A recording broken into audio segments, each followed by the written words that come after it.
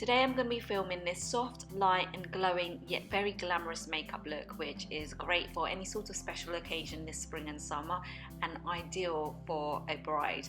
I'm going to start off with priming the skin, and for that I'm using the Makeup Forever Step 1 Skin Equalizer Smoothing Primer. And then I'm going to move on to a base that I haven't used in a long time yet. It's a great base for providing that really beautiful glowing finish, yet still very natural. And it's the Too Faced Born This Way Foundation, and I believe I'm using the shade Natural Beige. And I'm using a damp Real Techniques Miracle Beauty Complexion Sponge, and I just think that this gives or helps to give a really natural finish to any base. Moving on to my brows, I'm going to be using two new products, and the first of them is the Maybelline Brow Satin. And I'm going to start off with using the powdered side, which is dispensed through a pointed tip sponge. And I guess the idea of the powder is that it's supposed to build some kind of body to the brows, but the problem with it is that it's really hard to control how the powder comes out. And I usually find that with the first swipe of the day, that's the only time that you're going to get any product out, and usually all the product goes onto the first brow I do, whichever one that is, and then the upper brow doesn't really get that much product. So that's my only issue with that. I mean, if there was a way of controlling how the powder is dispensed or how much comes out, then I think it would work well. Anyway, then moving on to the other side of the pencil, it's more of a conventional waxy pencil, not too dissimilar from the Anastasia Beverly Hills type kind of pencil, but the nib is slightly more larger and the product is a tad more creamy, which isn't a bad thing. I think it works well and I kind of enjoy using it. And as the product doesn't have a spoolie attached to it, I'm just taking a separate spoolie and just combing through my brows just to smooth out the products, just for a bit more of a natural vibe. And here comes the second of the new brow products. This is the Rimmel Brow This Way Eyebrow Gel. It's a tinted brow gel. Seems to work okay. The brush end is slightly more bigger than the Loreal Brow Artist Plumper, which I've been using for ages. So in terms of brushes, I prefer the L'Oreal one, but they both kind of do a similar job at the end of the day. Then moving on to the eyes, I'm going to start by priming them, and here I'm just using a concealer. You can use an eye primer, but I tend to like to use a concealer because it provides a nice even canvas to work on. And then I like to set the base by applying a light dusting of translucent powder or any kind of similar tone eyeshadow, just to remove any of the tackiness and to help kind of make things blend a little bit easier. And the eyeshadows today I'm going to be using are from the Morphe 350 palette, and I'm starting off with a kind of neutral peachy shade as my transitional shade, and I'm applying that rather messily all over the eyelid, but mainly focusing on the crease. Then I'm going to move on to a very similar shade that's just slightly deeper in tone, and I'm using a slightly more smaller and tapered brush and focusing it mainly in the crease and the outside corner. And this is just going to slowly build up some dimension to the eye. Then moving on to the actual eyelid, I'm going to be mixing two shades together. One is more of a light gold and the other is more of a frosted peach. Both are metallic shades, and I think combined they just provide a really beautiful wash of a golden peach.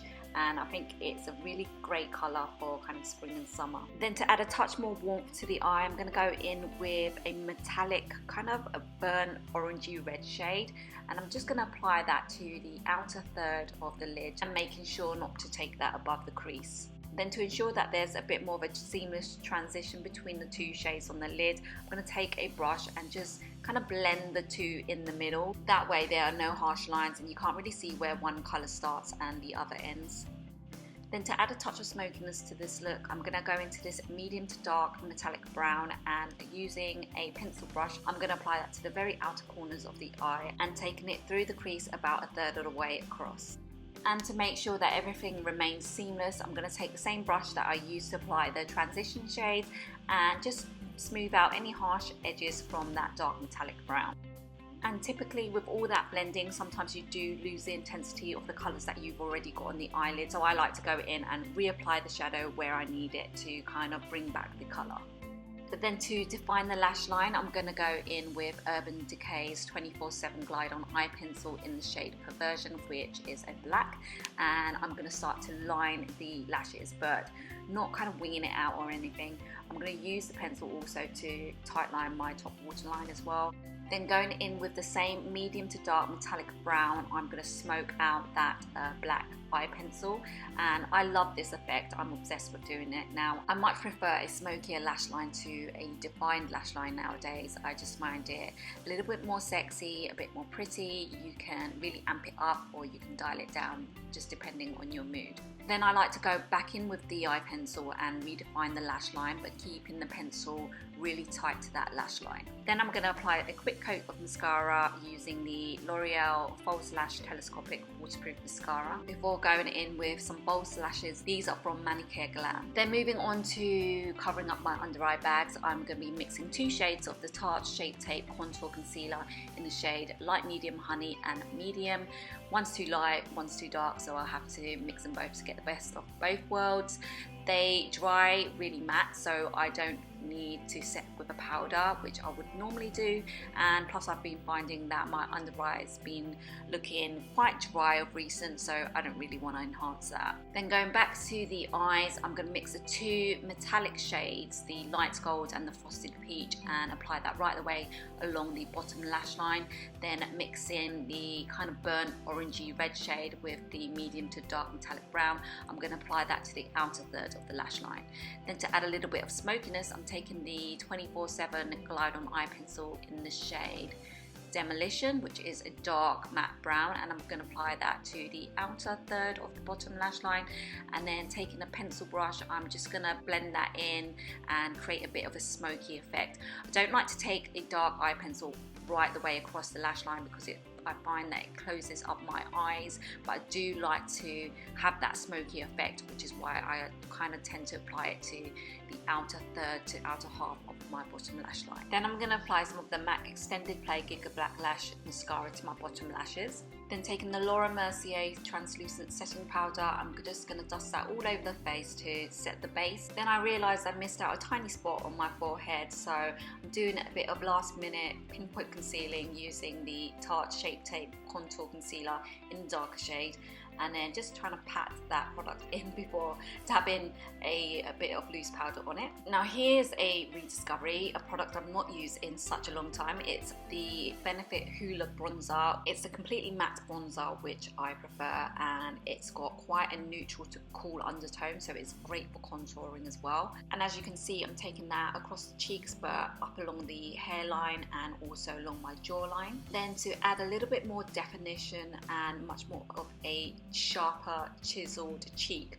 I'm taking a slightly more tapered brush and just running that same Hoola bronzer right under the cheekbone, but keeping it far back right by the ear and not taking it too much forward.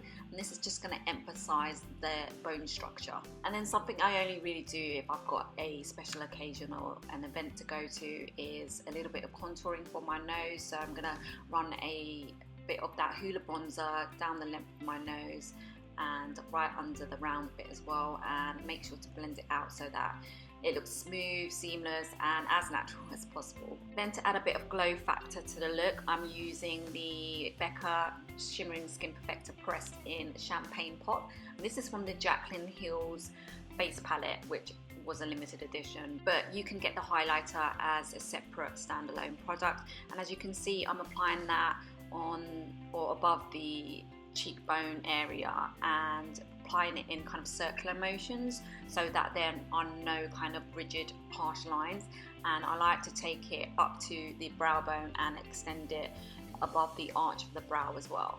I'm also going to apply some of that highlighter in the inner corners of the eyes just to brighten up the eyes and kind of tie in the whole look together.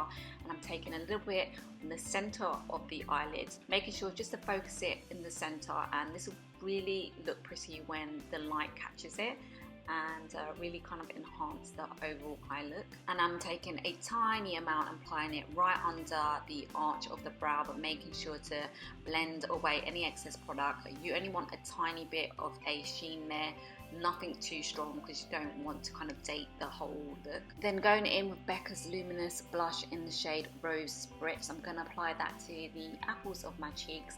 This has got a subtle sheen to it, so it will kind of add to the overall glow factor. Then taking the same damp sponge, I'm just going to bounce it over the surface of the powders to ensure everything is nice and seamless. Then for the lips, I'm going to go in with a peachy nude, and this is the Hourglass Girl Lip Stilo in the shade Futurist. This has got a really lovely balmy texture and is really comfortable on the lips. And then to add a little bit more kind of a pinky peachy sheen to it, I'm going to apply NARS's lip gloss in the shade Chelsea Girls. Then to finish off, I'm going to set the makeup in place using the L'Oreal Infallible Fixing Mist. And there you have it, a really soft, glowing, glamorous makeup look that is great for spring and summer and perfect for any special occasion. I think this look would also work very well as a bridal look. Give me a thumbs up if you enjoyed watching this video, and don't forget to subscribe, and I'll see you in my next video. Bye!